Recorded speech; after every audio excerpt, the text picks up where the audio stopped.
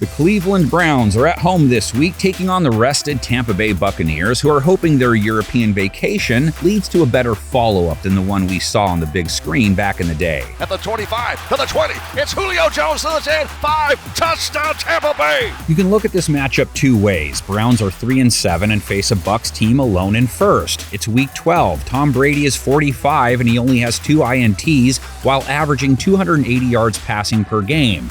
That's the chalk preview. Play action fake sold nicely by Brady. Looks downfield. Brady throws toward Evans. It's a caught ball. Great throw by Brady. You can also look at this as a 3-win team versus a 5-win team. The Browns taking on a squad 27th in points per game, 28th in the red zone. 3rd and 14 for TB12. Throws it incomplete. He turns inside. Tom throws it outside, but it's just been a little bit off. Bucs fans praying the bye is the start of their new year. Now they take on a team with Butters from South Park at quarterback. This is supposed to be Jacoby Brissett's last go-round as Kenny's replacement. That kind of makes him dangerous, not sure what he has to lose, and he comes in off a game where he threw for over 300 yards, 3 touchdowns, no picks, a rating over 115. He's going to play this game with Eminem's first album playing in his earbuds, track 15. 3rd down and 4.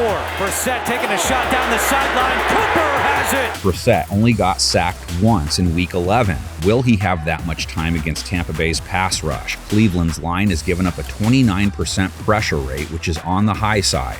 The Bucs are a sack-happy team, sport one of the highest sack totals in the NFL. Here's the thing though, Tampa Bay has generated many of their sacks via the blitz. They are a plus 30% blitz team, which means they're on the high side there. Brissett versus the blitz, triple-digit rating, 8 touchdowns, 1 INT. Brissett looking deep to the end zone. Has a man down there and it's caught! Cooper with the touchdown! Brissett threw 41 times last week. Lead target AMARI Cooper, that's standard. 12 looks versus the Bills, 8 catches, 113 yards, 2 scores. Brissett to the end zone for Cooper, and he's got it for his 2nd touchdown of the day. Cooper and Brissett now face a defense that's held QBs to a low 90s rating, and they've held wide receivers under a 90 rating. He looks for Metcalf. Incomplete, and Dean won that war. Bucs' pass defensive blind spot, running backs, and tight ends have allowed a plus 100 rate to both those positions. Stopping running backs along the ground, obviously a key focus for Tampa Bay's defense as well. Nick Chubb, the true star of the Browns offense. Here's a handoff to Chubb. A conversion on 3rd down and 6 and a carry of 21. Chubb, though, laid a dud along the ground last week. 14 carries, 1.4 a run. He seems to be in a good spot to rebound. Tampa Bay allowing 4.5 yards per carry to running backs specifically. He's got another big run. 1st and 10. They're going to bring him down. As much star power as Tampa Bay has in its offensive passing game, they look so much better when they get something from their run game like they did versus Seattle. Rachaad White went for 105 yards on 4.7 a carry. Nice patience, and he's free. One man to beat, and he shoves him down.